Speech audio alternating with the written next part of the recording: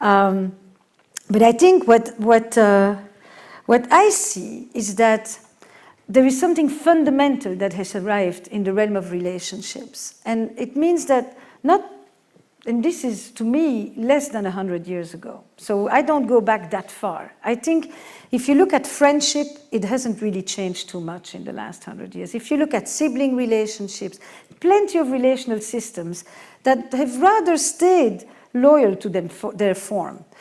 Parent-child has really shifted.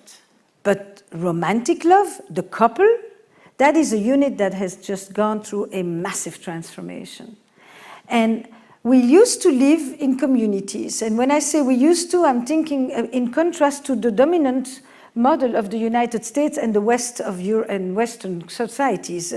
All of these still exist in our country too, and they certainly exist in many other parts of the world. But definitely there was a collective model. And in that collective model of living in the village, relationships were very clear. Everybody knew who they were. You knew what was expected of you, and you knew how you needed to behave. You knew whose salary was the one that's going to be the important one. You knew who was going to wake up to feed the baby. You knew who had the right to demand for sex. And you knew how parents needed to talk to children, and they didn't need to spend 10 minutes explaining why it was important to clean their room. And you knew how children wanted to respond to authority, and you knew how husbands were going to talk to their wives, and you also knew how their wives were not going to respond to the husbands. And the others didn't get to be married, so there was that. And in that model, which was a religious model, which was a model with social hierarchy, which was a model with very clear incentives and prohibitions, the boundaries were clear. That doesn't mean they were not infringed upon all the time, but they were clear. And all the big decisions were made for us. We had to make rather small amounts of decisions. So you had a lot of certainty, you had a lot of clarity, you had very little personal freedom, and who cared about personal expression or fulfillment? But we have moved to a model that is on the other side of this, with unprecedented freedom. All the big decisions we have to make. Whose salary matters really? Whose career is more important? Who's going to wake up tomorrow morning? Who's planning for the next date? Who initiates for sex on a more regular basis? It's all negotiated. Relationships today are not made up of rules and duty and obligations. They're made up of conversation and negotiation, and a lot of negotiation. Stuff people never had to negotiate. So we don't know how to do it. Those big decisions are all for us. Massive amounts of freedom, loads of options, 1,000 people at my fingertips, as Justin describes. But an enormous amount of uncertainty and an enormous amount of self-doubt. And a system that is predicated on self-criticism, because if you feel too good about yourself, you're not going to shop. You won't consume. You have to never really feel like you reach it. The model is not predicated, bless you, on feeling so good.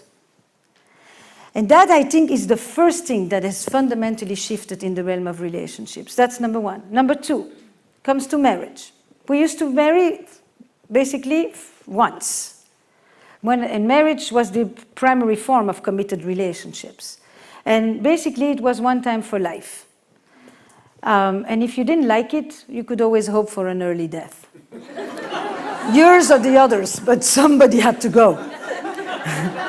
There was no way out. We can't even understand what that means. There was no way out. Stuck you were. You know, bad card, bad card. And we used to marry and have sex for the first time. Today you marry and you stop having sex with others. We used to marry till death do us apart. Today you marry till love dies. You used to not believe too much in happiness, because happiness in the Christian world primarily was for the afterlife. You suffered well here, you could be rewarded later. This notion that we want to be happy in our relationships, for God's sake, and that it's not just an option but a mandate. We don't even divorce because we are unhappy, we divorce because we could be happier. And how do I know if I'm happy enough? And could it be better? And is it worth the gamble? And all of these decisions are part of the big decisions. We used to have sex primarily for reproduction. On the farm you need many kids. And it was a woman's marital duty. Did anybody ever ask her if she wanted it and if she liked it? Seriously.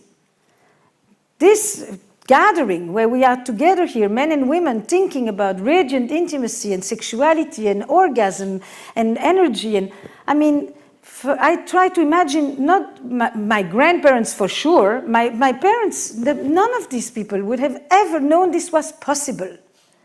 So to me, there's a lot of bad news, but this is extraordinary news.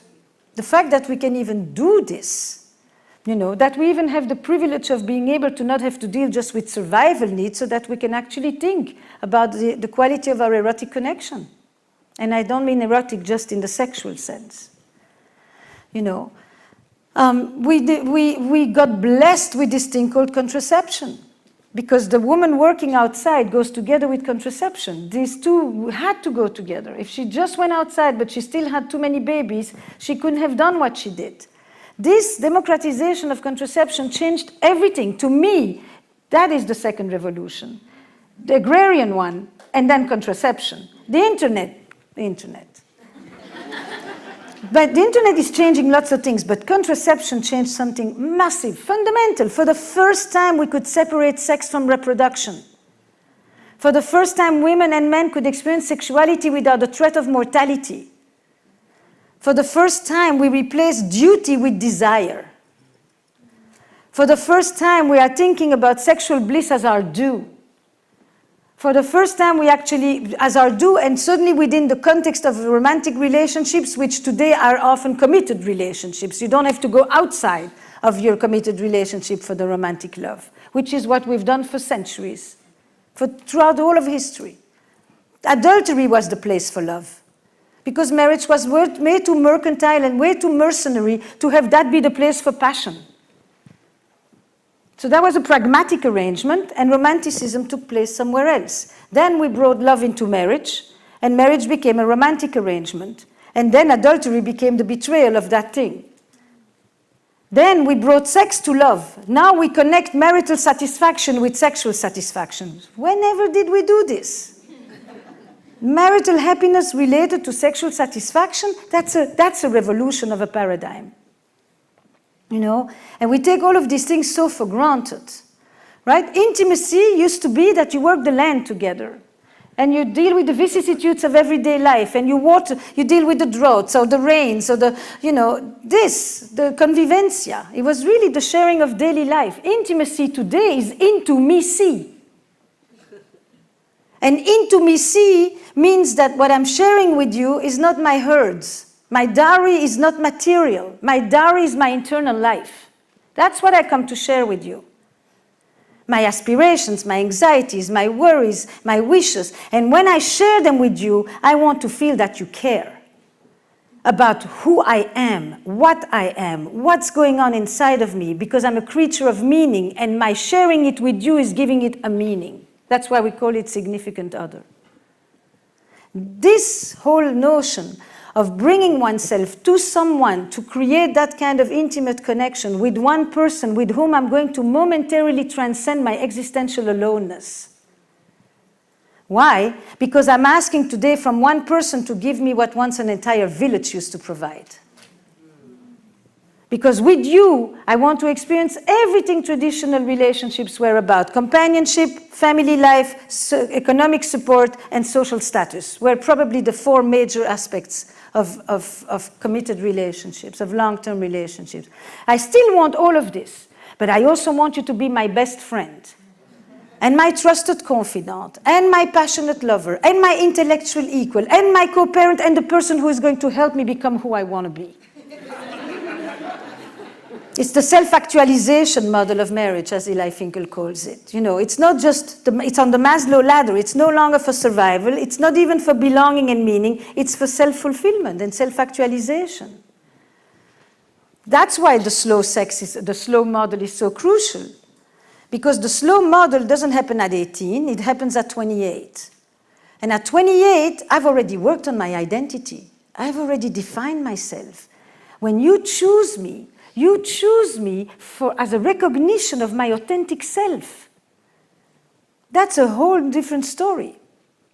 they call it the capstone model versus the cornerstone model. That's another version of the slow movement. So then we bring sex to love, and then we bring happiness on top of it. And then we bring another concept that to me is really crucial, which is that we want to be able to reconcile love and desire in the same relationship.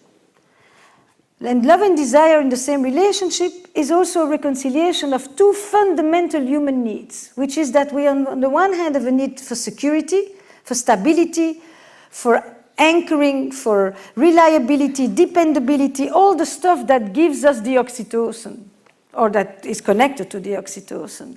But and every story knows this duality, or this tension. It's not even a duality. It's every epic story knows the movement between home and journey. So this is home. But then we have the other side of us that wants change and novelty and mystery and the unknown and the unexpected and spontaneity and danger and risk. And we all have these two fundamental human needs, by the way. Men and women, everybody. But in this room, every one of you, if you track down just in one moment your little history, you will realize that some of you came out of your childhood wanting more protection, more roots, more stability, more anchoring. And some of you came out of your childhood wanting more movement, more space, more freedom. And probably you partnered, at least on occasion, with people whose proclivities match your vulnerabilities. Capiche? You follow me, you know?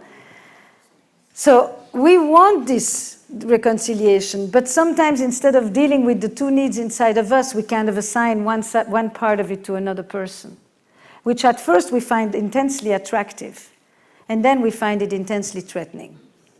Because it's often the very same thing that is attractive in the beginning that becomes the source of conflict later. Because it still is ultimately different. And this reconciliation of these two fundamental human needs, to me, is the real challenge of modern love or modern relationships. We've usually had them separate. The concept of a passionate marriage would have been an oxymoron. And you can use marriage as a metaphor for relationships, committed relationships. I don't care if they're legal or not, you know. And this is the same way that we want to experience together love and desire. And we've been told in the romantic parlance that if you love, you desire. They go together. But they don't always go together. And everybody knows it. So I began this work